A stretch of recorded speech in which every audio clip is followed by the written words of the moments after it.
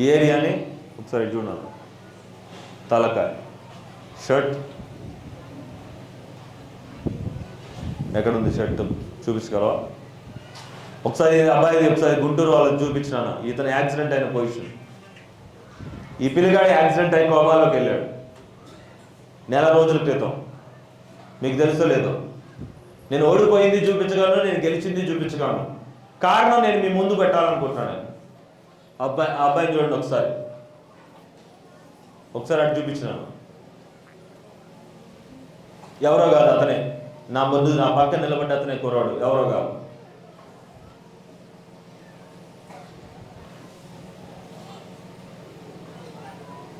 తలకి పగిలిపోయి, ముందు నుదురు పగిలిపోయి, ఈపు తగిలిపోయి, రెండో రోజు డిశ్చార్జ్, కోమాలో ఉన్న మనిషి. నాకు ఫోన్ చేసినారు. ఏ ఊళ్ళో జరిగింది నాన్న? అదే కుర్రాడా? ఉన్నది అదే అబ్బాయే కాదా? నేను సజీవ సాక్ష్యాలు చెప్పగలను, నిలబెట్టి చెప్పగలను. నేను దేవుడి దగ్గర నా వల్ల అయింది, నా దేవుడు నాకు చేసింది నేను చూపించగలను. అదే నా మన మందిరం అంటే.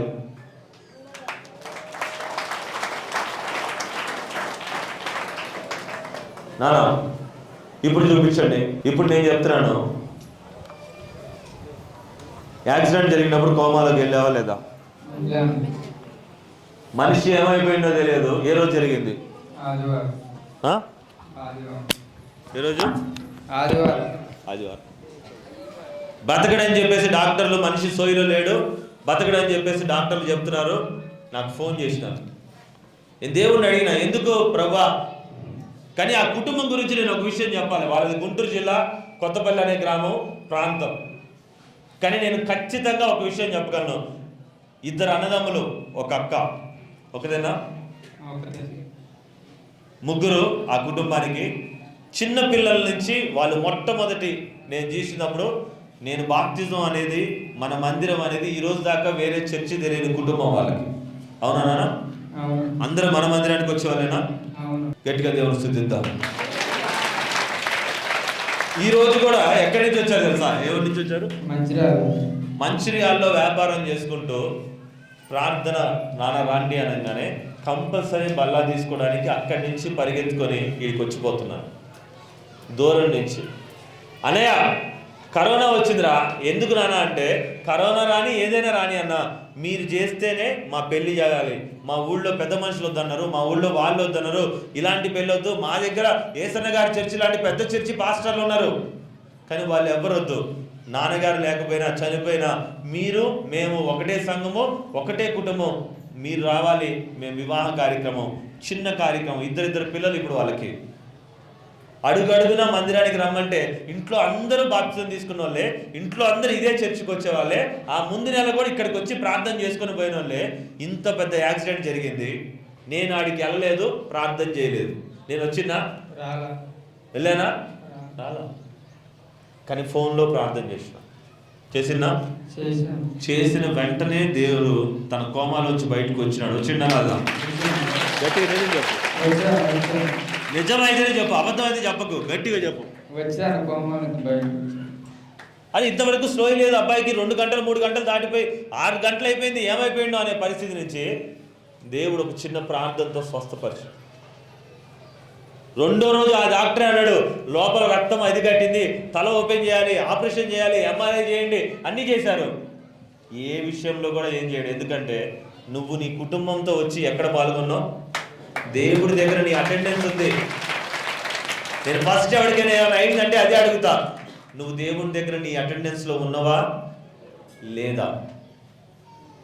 నీ ప్రార్థన నువ్వు చేసుకొని నీ బాధ్యత దేవుడి దగ్గర అప్పచెప్పినవా లేదా? ఏమడగాలి? కరెక్టేనా అడిగేది? నోట్తో చెప్పండి. అప్పచెప్పావా లేదా అంటే, అనయ్య మేము అప్పచెప్పినాం. అప్పుడు దేవుడు నీకేం కానీ కూడా చూసుకుంటాడు. అది ఆయన చేతిలో. కలపడట్లే కళ్ళ ముందు అబద్ధాల సాక్ష్యాలు ఇవి అబద్ధాలా? మరి నన్ను గెలిపించింది ఎవరు? మంచి విశ్వాసులు. దేవుడిదే కాదు, మంచి విశ్వాసులు కూడా గెలిపిస్తారు. ఆ కుటుంబానికి వాళ్ళు చదువుకోవాలా, గవర్నమెంట్ ఉద్యోగులు కాదు, రోజు రోడ్ల మీద వ్యాపారం చేయాల్సిన వాళ్ళు అయినా సరే దేవుడు అంటే ఒక భయం ఉంది. మందిరానికి మేము రావాలి అనే ఒక ఆశ ఉంది. కరెక్ట్గా ప్రార్థనలో ఉండాలనే ఒక ప్రేమ ఉంది. దేవుడు మందిరం ఒకటే, సంఘము ఒకటే ప్రేమ అని కలిగి ఉంది. ఎన్నో కష్టాలు వచ్చినాయి రా మధ్యలో, ఒకటి కాదు. ఈరోజు యాక్సిడెంట్ కాదు, ఎన్నిసార్లు మరణమైన ప్రభావం వచ్చింది, భార్యాభర్తల సమస్యలు వచ్చినాయి, పిల్లలు డెలివరీ కాదు, పిల్లల విషయంలో చికాకు అయిందని, మధ్యలో 7 నెలలకు 8 నెలల సంతానం అని ఎన్నో కష్టాలు వచ్చినాయి. రాలా? తప్పి లేదు దేవుడు. ఏ మందిరంలో? గట్టిగా దేవుడు స్తుతిద్దాం. కష్టం వస్తుంది, కానీ నువ్వు ఎక్కడున్నావు అనేది నాకు కావాలి. కష్టం రాకుండా ఉంటుందా? ఎవరికైనా మనిషికి భూమి మీద కష్టం రాదా? కానీ దాన్ని తప్పించే దగ్గర నువ్వు అలాంటి మనసు ఉందా? మధ్యలో గర్వం వచ్చిందా? ఈరోజు గర్వమే. ఒక అన్నని, నాకు ఒక తమ్ముడిని, ఒక పెద్ద ఆయన ఏడుస్తున్నాడు, నేను కన్నీళ్ళు పెట్టుకునే స్థాయికి వచ్చింది. ఈరోజు అదే గర్వం లేకుండా తమ్ముడు నా మాట విని ప్రార్థన, ఇదే కాదు, ఇగో పెద్ద తమ్ముడు కూడా ఇక్కడే ఉన్నాడు, సురేష్ లేరా?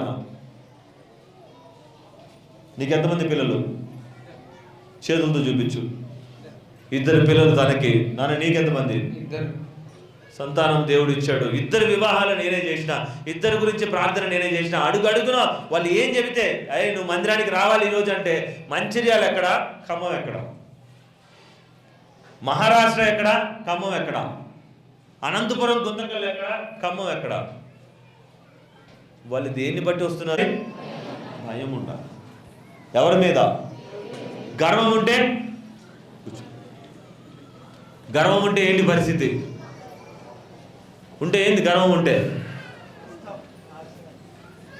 గర్వపడుతున్నావా? నేను క్రైస్తవుడని గొప్ప అని చెప్పేసి గర్వపడుతున్నావా? నేను ఇన్ని సంవత్సరాల విశ్వాసాన్ని గర్వపడుతున్నారా? ఎంతమంది గర్వపడుతున్నారా? ఇప్పుడు చేయి చూపించండి నాకు చూద్దాం. ఎంతమందికి ఈ రిస్క్ అయిన పరిచర్య చేయాలనుకుంటున్నారు తెలుసా? నేను చేసే పరిచర్య ఎంత రిస్కో నీకు తెలుసా? అమావాస్య ఆరాధన అంటే 90% మందికి పాస్టర్లు నెగిటివ్గా నన్ను చూపిద్దామని ట్రై చేస్తున్నారు. ఏ ఆరాధన అంటే నా ఒక్కడికే తెలుసు ఎందుకు ఇది మొదలు పెట్టాల్సి వచ్చింది, నాన్నగారు ఎందుకు మొదలు పెట్టాడు, దీనివల్ల ఈరోజు చనిపోయే ప్రాణాలను ఎన్ని కాపాడబోతున్నాడో నా ఒక్కడికే తెలుసు, ఎవరికి తెలియదు. అమ్మా నేను చెప్పే దాంట్లో అబద్ధం ఉందా? మీ అందరిలో ఎవరైనా చెప్పండి, అన్న అబద్ధం అన్న నువ్వు అంటే నేను ఒప్పుకుంటా. నేను అబద్ధం అంటే అబద్ధం అని చెప్పండి, నిజాయితీగా ఒప్పుకుంటా.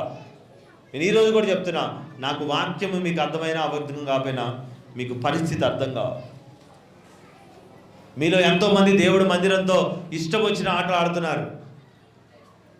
మందిరంతో ఆడుతున్నారా తెలియదు, లేదా మా ప్రేమతో ఆడుతున్నారా తెలియదు, లేకుంటే మీ జీవితంతో మీరు ఆడుతున్నారో అర్థం కావట్లేదు.